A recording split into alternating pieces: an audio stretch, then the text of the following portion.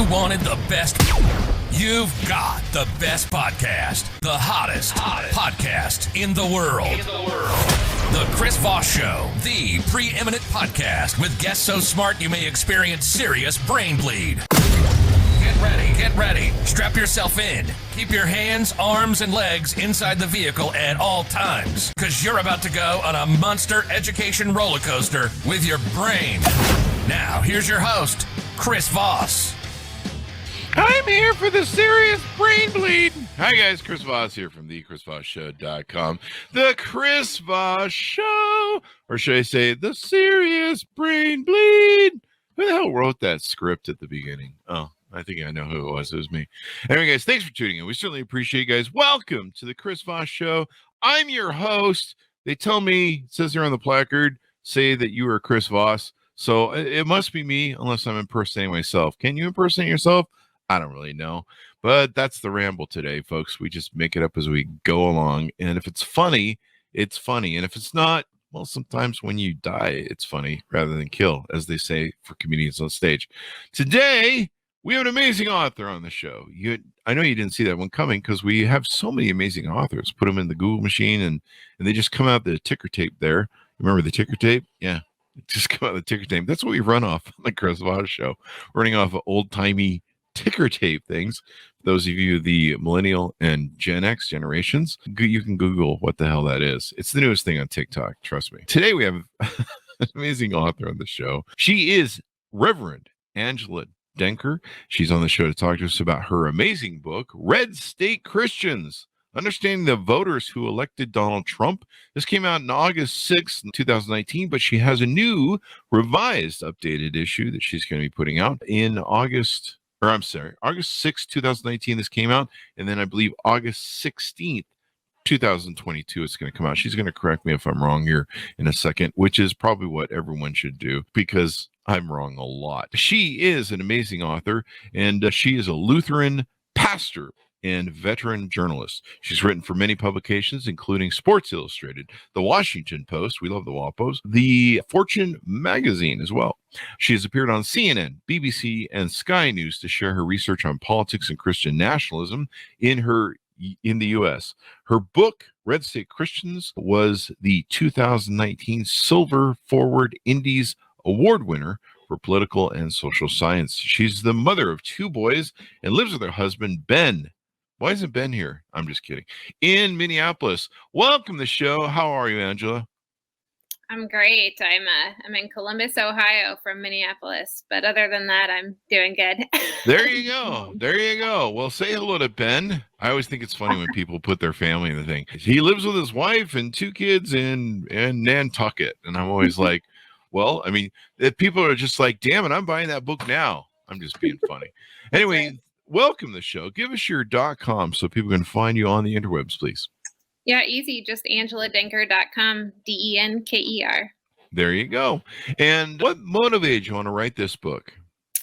Yeah, so as I'm sure you hear from many authors, the book was information for a long time. It draws on so many different experiences I had in my life, including previously I interned for a Republican congressman, worked as a journalist in covering sports, which sports overlaps with a lot of the topics that we're covering right now as well.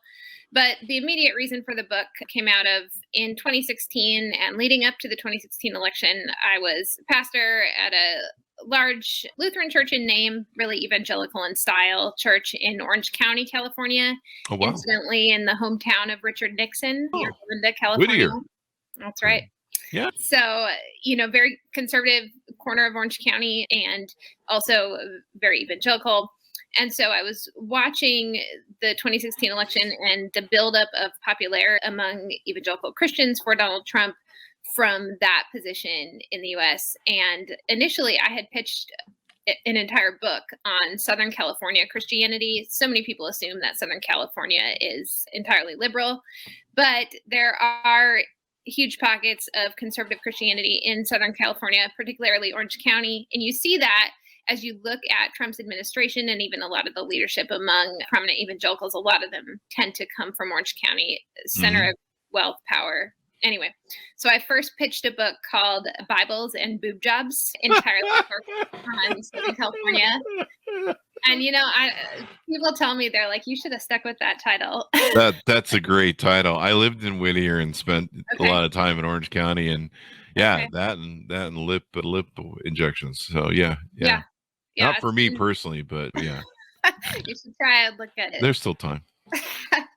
So in that, I should say that title did survive as a chapter title. So I have a chapter entitled Bibles and Book Up, which is great. Isn't that one radio station guy who's very toxic who helped to give rise to Stephen Miller? Isn't he from Orange County? I forget. He just recently ran for governor. At least Southern California. Yeah, I'm not. Yeah. I think. Yeah. Elder? Larry Elder. Yeah. Larry Elder. There you go. Yeah. Yes. There was a book that someone did. It escapes me right now on Stephen Miller, and I was surprised. That's when I learned about Larry Elder, and I was like, "Holy crap!" And it's amazing. And of course, Stephen Miller being from Santa Monica too. There you go. There you go. Mr. Goebbels himself. So I submitted the book idea, and the publisher came back to me that they had been wanting to do this book, Red State Christians, and they really wanted, as you mentioned before the show, there's been so much coverage of this topic from different authors. I think the niche that my book wanted to fill was that it also brings a theological and a pastoral perspective to the topic, which we hear a lot from historians, from sociologists, and I also wanted to address the theological and the pastoral. And the pastoral really involved me getting to have the opportunity to travel across the country in 2018 and really, talk to people whose voices often weren't being heard. So those were the two elements that I wanted to bring to the book. And of course, since it came out in 2019, our entire world has just continued to change and shift on its axis. So I'm really grateful for the opportunity to have this revised edition. Yeah, a lot of people don't realize it. And I think it's great that you're bringing it from a perspective of, calling from inside the building. We've had a number of authors that I think most of the authors that we had were religious. I know Robert P. Jones from PRI was on the show. He's a devout Baptist. I'm not sure if he's Southern Baptist or Baptist by nature, but I mean, people that are calling from inside the building to go, hey, the building's on fire and we need to fix our house, sort of thing. And so I think it's great that's perspective out of there. Hi, folks. Chris Voss here with a little station break. Hope you're enjoying the show so far. We'll resume here in a second. I'd like to invite you to come to my coaching, speaking, and training courses website. You can also see our new podcast over there at chrisvossleadershipinstitute.com. Over there, you can find all the different stuff that we do for speaking engagements if you'd like to hire me, training courses that we offer, and coaching for leadership, management, entrepreneurism, podcasting, corporate stuff. With over 35 years of experience in business and running companies as CEO, I think I can offer a wonderful breadth of information and knowledge to you, or anyone that you want to invite me to for your company. Thanks for tuning in. We certainly appreciate you listening to the show, and be sure to check out chrisvossleadershipinstitute.com. Now back to the show. We recently saw your book's really topical again too, because we recently saw kind of this Christian nationalism thing pop up, and it was kind of interesting to me. I can't remember who made the meme, but a meme circulated recently, and it was that one toxic gal. What's her name? Marjorie? Marjorie Taylor Greene. Yeah, Marjorie Taylor Greene.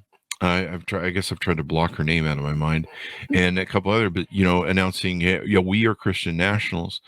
And somebody put out a meme recently where they interwove the David Duke's stuff that David Duke said. Yeah. I remember from being younger, interwove that with some of the stuff that Republicans are saying. And I'm like, holy crap, I mean, these are people that are hardcore KKK, and now it's just mainstream. And you see the doubling down of that. I remember the day after Trump was elected, I sat down and I was like, I need to figure out what the hell is going on. And I started reading, like white nationalism came up, and I was like, what's a white nationalist? And I started seeing all the stuff that was there, and I've just been amazed at how much undercurrent there was that led to this. So let's talk about the book and some of the stuff that you have in it and your perspective. Yeah, so Christian nationalism is how the book begins. The first chapter takes place in Plano, Texas, at Prestonwood Baptist Church on 4th of July weekend. And I went there. It was actually not on my initial list of places I was going to go, that particular church. But when I had gone to the March for Life in Washington, D.C. in January of 2018, I met with the Ethics and Religious Liberty Commission of the Southern Baptist Convention, headed up by Russell Moore. And I was told by several members of that commission, they said, if you want to understand Christian nationalism, which they were calling it, even at that time, this is 4 years ago, they were calling it a gospel distortion, meaning that the power of Christian nationalism for them within the Southern Baptist Convention, for me as a pastor who's not Southern Baptist, this goes beyond the SBC to, every corner of American Christianity, even those that consider themselves liberal.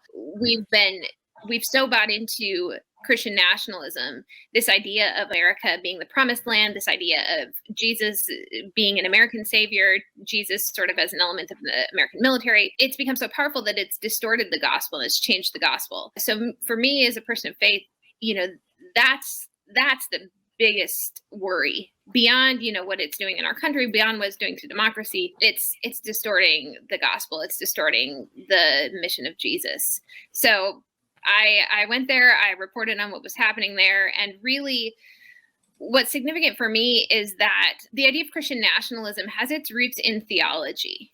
And it lifts up something that's much older than America. It lifts up this idea of a theology of glory that first began to creep into Christianity in AD 300, back when Roman Emperor Constantine, on his deathbed, converted to Christianity. And suddenly the most powerful empire in the world became Christian. And so Christianity went from being this persecuted religion to being aligned with empire. And so you can see the way that manifests itself in Christian nationalism in the U.S. is, and I think what Trump did that was so powerful and had not been done before, is he sort of unified these two distinct wings of American Christianity, probably the two largest wings outside Catholicism, and it's both are within Catholicism as well. He unified this wing that was very sort of God and country, patriotic, the military, sort of this sense again of military sacrifice being akin to Jesus' sacrifice. He unified that wing with more of a global prosperity gospel, which suggests that if you follow Jesus, if you are a Christian, you are entitled to money and power and wealth. And what we've done in America, and this is, where the book has kind of gone in this new revised edition, is that both of those two things are inextricably connected to whiteness and to white nationalism and to white Christian nationalism. And for me, being in Minneapolis, just 6 miles from where George Floyd was killed, that's really been a journey that I've gone through over the last 3 years to connect those two pieces more powerfully. Wow. So how much went into, we saw what he was kind of doing in the, the lead up to the election and seeing, him portray himself as almost a Jesus figure and people buying into it. And then of course you had, who was he was embraced by, I think it was Franklin Graham. Yeah, Franklin Graham and a bunch of, these cronyisms. And I think Obama had seen some of the issues that were coming up with, I've seen it since where I've seen, people preaching from the pulpit, and they're not preaching religion, they're preaching politics. Yeah. And you're just like, wait, I don't see any Jesus stuff going on here. This is just, you're just doing politics and you're getting a tax write-off for it. Yeah. I mean, we've neglected the cross. American Christians have put aside the cross, and it's interesting if you go into a lot of these, more modern church buildings, you don't see the cross anymore, just visually. You don't see crosses very often. And what we've done is we've sort of neglected to teach the reality of the crucifixion, that Jesus really died. It wasn't some idealistic thing. It wasn't some imaginary symbolic death. Jesus really died. Mm-hmm. And because we've ignored that for so long, we've created generations of Christians who think that following Jesus, being a Christian, is just sort of about ascribing to a sort of white middle-class American life, which necessitates subjugation of anyone who doesn't kind of fit into that box. Yeah. The subjugation part is the part that always bugs me the most, because it's not about, I remember, I think it was when Robert Jones was on the show, I said to him, I'm an atheist. But I believe everyone, I get people need to have something to go through this life to hold on to.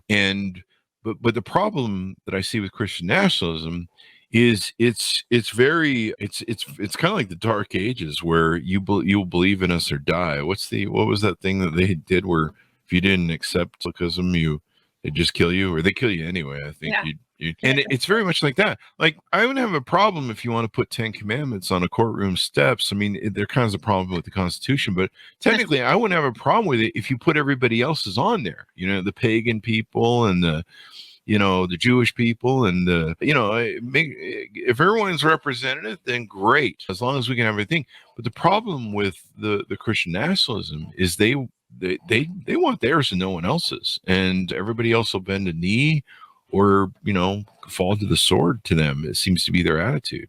Do I have that correct? Yeah. And again, if we look at the life, death, and resurrection of Jesus, there's none of that in Jesus' life. Jesus was meeting with Samaritans. He was lifting up people from all different types of ethnic and religious groups. And ultimately, like for me as a Lutheran, we are saved not by what we do, or even not by what we believe. We're really saved by Jesus. But Christian nationalism betrays itself to a sort of earned righteousness, which then helps people to feel that they have the right to, exclude other people. And we see this bleeding into, recent Supreme Court decisions that have Christian nationalist underpinnings. We do see it happening, across this country. And it's especially troubling when the U.S. was really founded on this idea of religious freedom.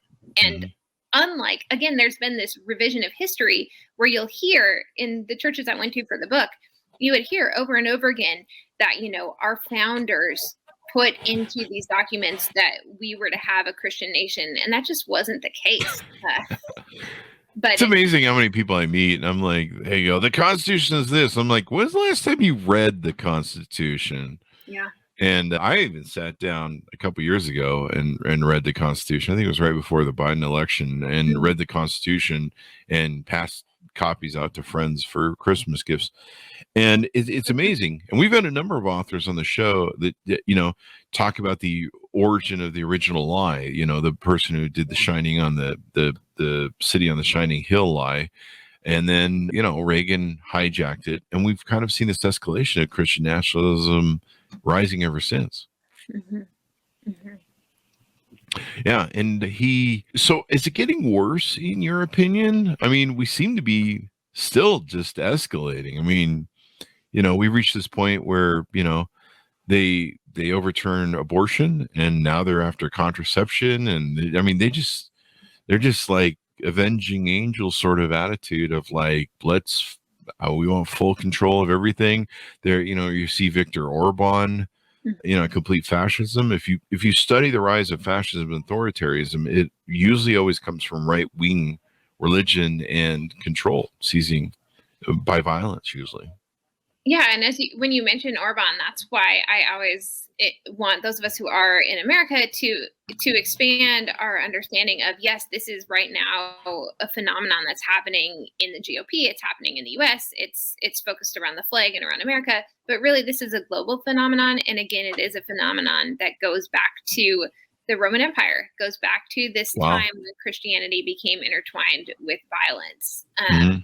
But it's definitely getting worse. I mean, I entered into the travels for this book in 2018, and you can see it. My subtitle changed. So the initial subtitle of the book, which I had wanted, Meet the Voters Who Elected Donald Trump, they changed it to Understanding the Voters Who Elected Donald Trump. I don't know. I think sometimes there's no understanding. Sometimes it's just meeting people. Wow. But, I went into that with a really open heart. I mean, I come from a family of, particularly on my in-laws side, people who are big supporters of Trump, people who go to Trump rallies. My church, where I pastor right now, is located in a county where 2/3 of people voted for Trump in 2020. So when I was writing about all these ideas and people, I was writing about people that are close to me, people that are close to my heart. And I was hopeful at that time, that we'd be able to back away from this a little bit, that, Trump is such an opportunist, right? And I always kind of fault these evangelical pastors and Christians in leadership more than I do Trump. He kind of latched onto it, but they're the ones who laid the groundwork and betrayed the gospel in the first place. Oh yeah. I mean, you see, and the most extraordinary thing to me, I'm an atheist. I mean, I read the Bible when I was a kid. When I like, should I be a good person or a bad person? Like, yeah, I should probably be like Jesus, be a good person.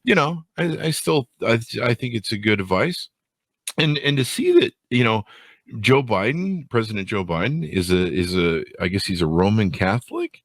He regularly goes to church. I think Trump showed up to church, like 3 times or something during his thing. And that was usually to get some votes or raise some whatever, promotion, and here, and Biden's been a devout Catholic, I think Catholic all of his life, to have them treat him horribly and tout this philanderer, guy who's, I don't know, he's clearly hijacked the movement and is manipulating it. And the fact they can't see that, or I don't know, there's just money that they see being made. Because that's what I see a lot of the pastors, a lot of the money changers, Jesus threw the money changers out of the temple. A lot of the money changers you see that were the big money who brought him up. That guy who got kicked out of the college and was having an affair, I think, or some other stuff was going on.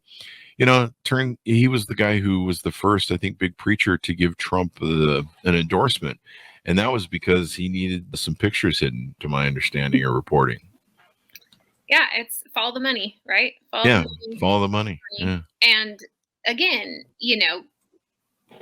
looking at Jesus' arrest and death, it was the partnering of the religious leadership of his time with the government leaders of Rome that ended up crucifying Jesus. And so I think we have to really be careful whenever we see a partnership between religious leadership and governmental leadership. And, Democrats aren't immune to that, but it's certainly, the violence. So when you ask if I've become less hopeful, between COVID and just watching COVID explode and expose the fallacy of the pro-life movement.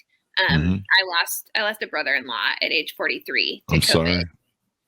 He was unvaccinated, because of he believed what he was told from right-wing leadership. And so for those same people to turn around and claim, we really care about life, when they called for the death of hundreds of thousands of Americans in order to lift up the economy, that just shot a arrow through my hopefulness, because I'm ultimately a hopeful person. You kind of have to be a pastor and to be a mom, to be a wife. But that, and then to feel some hopefulness around some of the racial reckoning after George Floyd, but then to see how quickly that turned into a backlash, how quickly this exposing of justice for Black people in this country was turned upside down, of people claiming, there's riots, and there was no acknowledgement of the reason why these protests were happening. And then finally, the insurrection, and to see, months later, just the steadfastness of the hold that this movement has on people, and has on good people. It's rough. Yeah, and it's amazing how deep they go. Do you get any of the craziness of it? I've seen so many interviews at Trump rallies, and between QAnon and just crazy stuff that they'll believe. It's like it seems like there's no end or no bottom to how far they'll go. I've heard some people saying John F. Kennedy and his son are running the government. Just like, what the hell? I mean, everyone knows it's really Nixon that's running the government. We all know that, right? That's a joke, people. Don't take that seriously and start a cult. Thank you. Somebody will. Watch out. So, was there in delving in, meeting all these people, was there any sort of psyche, or is it, what's the core? What gets you off the rails to buying this? Are people just used to trusting a pastor, and so they run with it?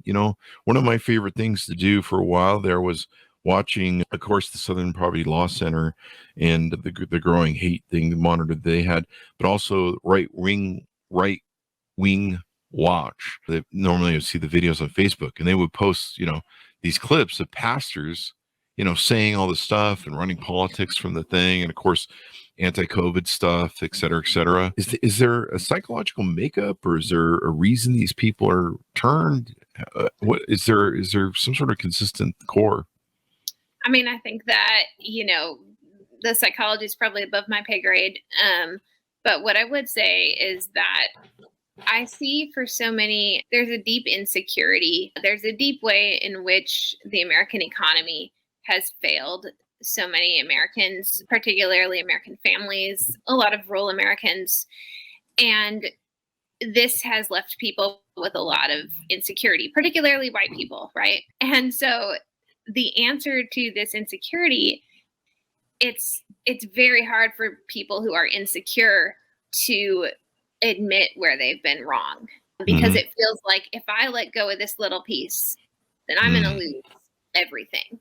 And everything's going to be gone. And what I remember when I was beginning to do this reporting on Christian nationalism and speaking with folks from the Ethics and Religious Liberty Commission of the SBC, what they were telling me is that when people let go of Christian nationalism, when they attempt to sort of separate out and say, you know what, this idea that the 4th of July is our high holy day, that's actually not it. We're going to go back to Easter. We're going to go back to Christmas.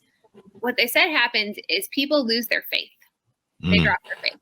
And I think what we're starting to see too, and I was actually seeing this in an interesting corner of the internet when it comes to sort of this merging of like wellness culture, essential oils, yoga culture, and anti-vax movement, and how it's kind of moved these left-wing hippies with the right wing. What you're starting to see is people are dropping the religious aspects of it, and they're just holding on to these cultural moments, and I think that's where it leads, and I'm a Lutheran. I'm of almost entirely German descent, and we got to be real careful because this is what happened in Nazi Germany. And I'm not saying we're going there in the US, but what happened is that the majority churches in Germany ended up signing an oath to say they're going to support Hitler and the German nation. It was all about German pride, bringing, make Germany great again, for lack of a better term, after a national recession. And they had so obliterated the teaching of Jesus that it was real easy to just kind of sub in Germany for God. And we're right on that edge here. We definitely are. And I think you nailed it on the head. When I was 18, 20, they started talking about the dissolving of the middle class. And it was the 80s and trickle-down economics.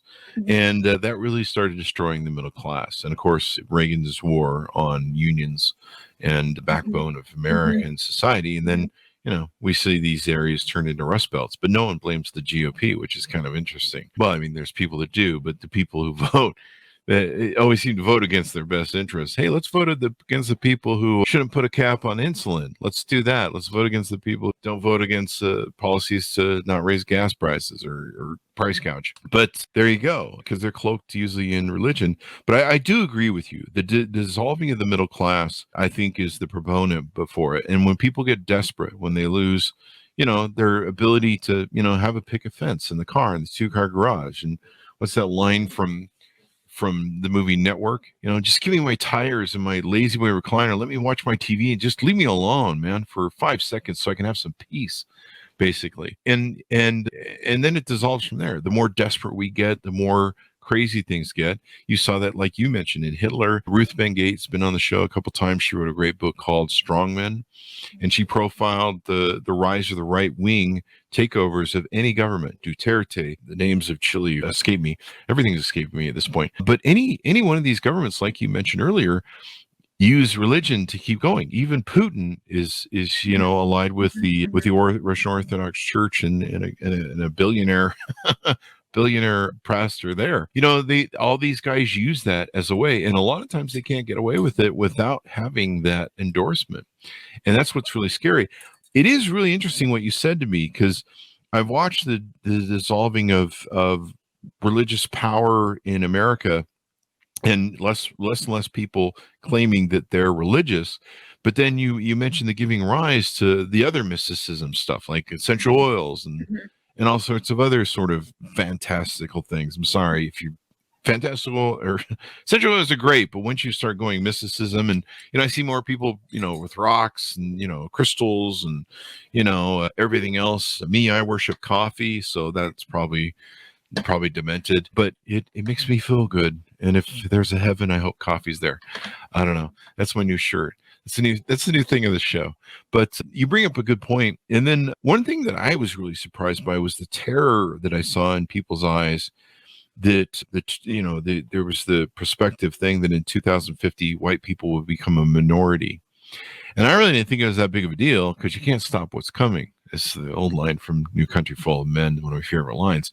You can't stop what's coming. That's vanity. But to see interviews of Trump voters and GOP voters who talked about that, and they were really alarmed. And some of them I heard say they're going to do to us what we did to them for 450 years of this country of ugliness that we did to slavery and Indians, Americans.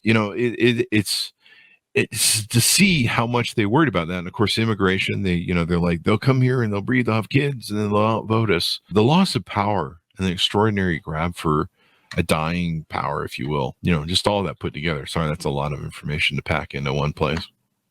Yeah, I mean, it's again, race is the elephant in the room, right? Because when we talk about economic anxiety for white Americans, we ignore the fact that most Black Americans, many Americans of color, have never had the same opportunities to be a part of the middle class as white Americans have. And again, it's like, I will say, when I was growing up, I probably subscribed to some of these things that sound real, like they sound real innocuous on the outset. When people wouldn't get into a college, it's affirmative action, Well, no, it's not. And this is an economic critique as well. And it's sort of been the people in this country that hold the power and the wealth, which has become increasingly concentrated in the hands of very few people. It's like, oh, look over here. Look at this American Indian student who's getting a scholarship. Don't look over here to the 80% of legacy students whose parents went here, who's donated money to the campus, who are going there for that reason. Yeah. So I think it's such an easy thing to do, and it's easy to want to say, well, I'm going to feel better if I can just say, well, I'm still better than this person. And I think it's really painful, but I don't believe that, we experience resurrection without repentance. We don't experience resurrection without death. And so there's got to be a lot of that surfaced right now. And I think we're experiencing it. And, it's much less painful on the other side to realize that we live in a country that looks different, and that is a good thing. I don't want to go back to the 1950s, but a lot of people do. Yeah, and there's this fantasy that it was a much better time, and it really wasn't, for a lot of different reasons. But there's this fantasy of that, the 2-car garage and the picket fence and the 2 weeks vacation and stuff. And you're right. There's a lot of the rich get richer, the poor get poorer. I came of age and graduated high school during the Ivan Bielski era. And, greed is good. And when Wall Street started going, hey, if we fire mass amounts of people, the stock goes up, push this button here. And, the robber barons, basically, the Michael Miltons, and it was really interesting. And a lot of this plays into and is intertwined with the collapse of our societies. Do you see a lot of religions fighting back yet? Are people standing up and saying no, and we're done with this, and get out of our yeah, I mean, I do see that. I don't think it gets a lot of play. It doesn't. The stories about there's a lot of sort of treating Christians as zoo animals in national media a lot of times, and like, look at this crazy, they'll go find the craziest thing they can find happening. I do think there are certainly people pushing back. There's Christians against Christian nationalism. There's groups of clergy that I'm a part of who are constantly working and looking to lift up other gospels. But prominently, I mean, I think we also need to look back to history. History can give us all these examples of places where where people have prioritized idolatry of wealth or power over God. But even in this country, the civil rights movement was a movement that was championed primarily by Black Christians and by Black Christian leaders. Not entirely, right? But a lot of movement among Black Christians who use the words of the Bible, who use the story of Jesus to remind us that the movement of Jesus has to be one that lifts up the marginalized, that sets the oppressed free. These are the words of Jesus. Mm-hmm. And we have, anti-poverty movements in this country. So there are places to look and to see. There's, people doing work in immigration, people doing work with refugees. So I think there are places to see that. But it's certainly an uphill battle. It definitely is. What's even surprising to me recently has been the Hispanics. Folks have moved from, I think, Catholicism to Protestantism largely, and they're moving and becoming and going to the GOP, which really shocked me. But I don't know, maybe I shouldn't be surprised. I have a chapter on Latino Christians in the book. I went to El Paso and really dove into border issues and also walked across the border to Juarez, Mexico. And I think that there's been too much paternalism on the part of white Democrats. Mm-hmm. And there's been some tokenism. I think there needs to be really a desire to listen more to people on the ground. One thing that I wanted to do in my own reporting is I think it's really important to listen to people who are the minority political voice where they live, and people who are really doing work on the ground, and also people who exist in multiple camps. So, of course, we often miss the nuance in some of these stories. And, there is a hopefulness on the part of recent immigrants in the American dream. Mm-hmm. And I don't think Democrats have always done a good job of articulating what the American dream looks like for Democrats. I think that could be helpful. And our left wing is really, I'm a moderate Democrat. Our left wing is really extreme and very anti-family. Mm-hmm. I think that drives the Hispanics away. The woke culture in our left wing is really anti-family. And I think it's been very destructive, and it paints the party very ugly. I try to pull as many people as I can towards the middle of democracy. And there was probably time you could call me a liberal before I really understood how toxic the woke culture had gotten. And I think that's what's driving my theory. It's a theory is one of the big things that's driving Hispanics away, because Hispanics are largely very family oriented people. At least I think they are. Everyone I've ever met, I mean, they have huge families. They love their families. The other thing that's interesting to me, I had someone speak to this on the show that I didn't fully understand because I was really confused. The Cubans voting for Trump and mm-hmm. stuff, and I was like, what's going on there? And they referred to it as the slam the door behind you policy. And I'm like, what is that about? And they're like, well, when Mexican Hispanic people come here, they get the goods and they become like Americans, where they go, hey, we did come across the border illegally. We got our citizenship now, but slam the door behind you because we want more for us. And I'm like, wow, I never heard of the close the door behind you policy of how, or this mental attitude where, well, I got in, but screw those other people. And we basically turn them into Americans, I guess, when it really comes down to it. The ugly asshole Americans, I guess. But it's extraordinary to me. And I think I noticed that, in a lot of different, I definitely heard that from folks I talked to in El Paso, but I think I noticed that in a lot of different contexts, particularly among people who have been part of marginalized groups. So even for me as a woman, like you'll experience that with women, women who have so-called made it and then slam the door behind them, I'm going to make it hard for the next woman who's coming up behind me. And I think it stems from, maybe you called it internalized oppression. Maybe you think of it as, when you're operating from, you already know you've got this certain size piece of pie that you can choose from. You don't get the whole pie. You got like a certain size of the piece of pie that's going to be accessible to you. And, a rational response to that is to say, well, I'm not other people who are entitled to this little tiny slice of pie that I've just gotten access to. I don't want to give them any of it. So I think that's it's rational. I think when you talk about, the left wing being anti-family, I mean, it's interesting because last summer we had the family tax credit. And what did we get it for? Like 6 months, right? Mhm. But that was a hugely important piece of legislation for families with young children. And so that, I think that was a piece where the left wing could have sort of said, like, this is what we're really going to get behind, and really talked about why this is important, why families are important. So I think sometimes there's a rhetoric issue. I think, my hope is that some of the younger Democrats coming up are having a little bit easier time articulating this. Some people who've been in political power for a long time, it's very easy to get very isolated from the average American life. And our politicians are held accountable to their fundraiser, to their donors, not to their voters. Yeah. You see the consequences of that. I mean, we see that in the Democratic Party, where we have our set of donors and they run the party, and the GOP has their set of donors. And I'm not sure sometimes one side.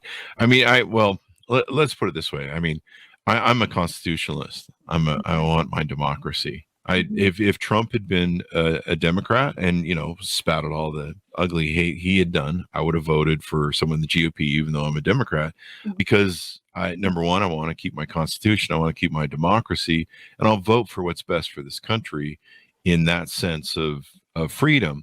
And I don't know who it was, maybe it was Obama, but someone said, every 4 years we elect somebody this is a baton race of a young democracy where, this person may not be the best for this country. And you hear a lot of millennials and Gen X whining about that crap. Oh, I don't like this person perfectly. Even in the Democratic Party, people are like, I'm not voting for Hillary because it's not Bernie, and you're like, hey man, you got to vote. You got to vote for who's going to be able to carry that baton the best for the next 4 to 8 years. And move forward this young democracy, this republic that can fail at any time, especially in its youth. A lot of people don't realize how youthful this is. But you bring up some good points, and I think it goes back to what we talked about earlier with money, where you talked about how if people don't have enough, then they're like, well, I finally got access to this piece of pie, so I'm not going to share it. There used to be this time in this country where we kind of shared a little bit more, cared about each other a little bit more. And we've definitely moving away from that, probably because of, trickle down economics and everybody living on, crackers and Ritz crackers. Everyone's fighting over scraps, basically. Yeah. And you're able to see, I think social media, and as a journalist too, I think the conglomeration of mass media, the death of local newspapers, all this has combined to an atmosphere of distrust, an atmosphere of envy, and an atmosphere of media members who are increasingly isolated from those they cover. Yeah. And you're right. The Democrat Party has always had trouble with messaging.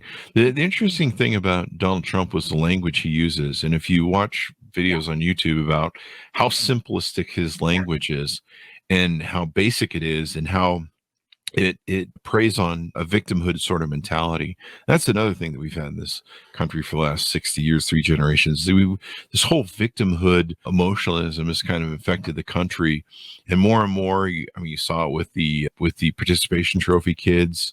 The victimhood has kind of risen, and probably out of that financial sort of strife. So this has been a really interesting discussion. Anything more we want to touch out or tease out on the update for your book and what's coming out?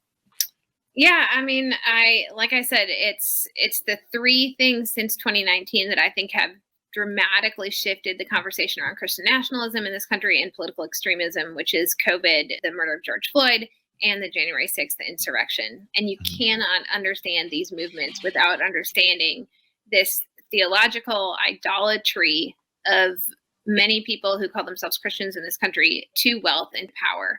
And so I'm examining that, and I'm, living it as a parish pastor in rural America while I live in the city of Minneapolis. So I have an interesting perch from which to experience all of this, and I'm grateful for it. And also, it's a challenge. Definitely. Most definitely.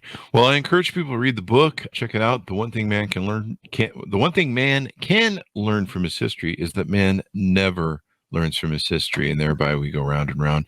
So Let's stop doing that and learn from history, because like you mentioned earlier, the same dark path that previous things were on. Hitler, Duterte. I'm trying to think of the Chilean president for so long that disappeared so many. All those guys rose to power through right-wing nationalism, and we need to stop the march. And it just gets scary and scary. I mean, if you saw CPAC and recently last week, I think it was just crazy, and they're just outright saying it right now, white kiss and nationalists. So anyway, thank you for being on. Thank you for being on the show. We really appreciate it. Yes, thank you. And give us your .com so people can find you on the interwebs, please. Yeah, Angela Denker, DENKER.com, and Red State Christians, available anywhere books are sold. There you go. Order it up, folks, wherever fine books are sold. To stay on those alleyway bookstores as well. Red State Christians, understand the voters who elected Donald Trump. And be sure to go to all our places on the interwebs, youtube.com/Chris Voss, goodreads.com/Chris Voss, other groups on Facebook, LinkedIn, Twitter, Instagram, anywhere those crazy kids are playing, except for Snapchat for the most obvious reasons. We're not sending you pictures of the Chris Voss Show. Thanks for tuning in. Be good to each other. Stay safe. And we'll see you guys next time.